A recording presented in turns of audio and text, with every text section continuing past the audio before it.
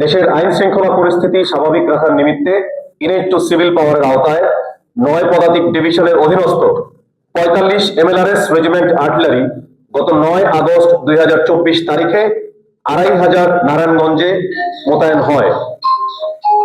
মোতায়েন এলাকায় নিয়মিত কার্যক্রমের অংশ হিসেবে এই ইউনিট নিয়মিত টহল কার্যক্রম পরিচালনা করে আসছে। জনগণের নিরাপত্তা নিশ্চিতকরণ, বিভিন্ন পোশাক শিল্প কারখানায় স্থিতিশীলতা রক্ষা, থানা হতে লুট হয়ে যাওয়া অস্ত্র উদ্ধার, মাদকদ্রব্য উদ্ধার, মহাসড়কে নিয়মিত চেকপোস্ট স্থাপন সহ বিভিন্ন কার্যক্রম এই ইউনিট পরিচালনা করে আসছে। আজকের এই অভিযানটি পরিচালিত হয়েছে নারায়ণগঞ্জ জেলার ২৫০০ উপজেলার কালাপাহাড়িয়া ইউনিয়নে। এই এলাকাটি চতুর্পাশ থেকে নদী দ্বারা বেষ্টিত হওয়ায় ভৌগোলিকভাবে বিচ্ছিন্ন একটি সংবেদনশীল অঞ্চল এবং দীর্ঘদিন ধরে অপরাধ প্রবণ এলাকা হিসেবে পরিচিত।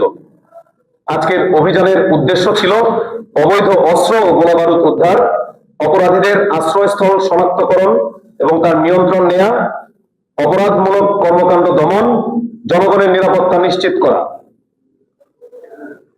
সন্ত্রাসী কার্যকলাপ নিয়ন্ত্রণের প্রেক্ষিতে এই ইউনিট কর্তৃক বিভিন্ন সময় গোয়েন্দা মাঠ কর্মী পাঠিয়ে কালাপাহাড়িয়া এলাকার বিভিন্ন তথ্য সংগ্রহ করা হয়। গোয়েন্দা তথ্যের ভিত্তিতে এই এলাকায় বিভিন্ন অবৈধ অস্ত্র, মাদক এবং থানা থেকে লুটকৃত অস্ত্র থাকার সম্ভাবনা রয়েছে বলে জানা যায়। প্রাপ্ত তথ্যের ভিত্তিতে ৪৫ MLRS রেজিমেন্ট আর্টিলারি কর্তৃক আজকের এই অভিযানটি ভোর ৫টা ৩০ শুরু করা হয়, যাতে অপরাধীদের পলায়নের সুযোগ কম থাকে।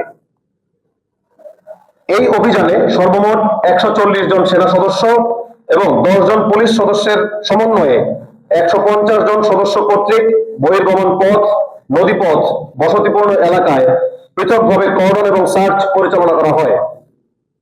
অপারেশনাল কার্যক্রমের অংশ হিসেবে আমরা সন্দেহভাজন স্থানে তল্লাশি, গোপন আস্তানা শনাক্তকরণ এবং এলাকা ভিত্তিক টহল জোরদার করি।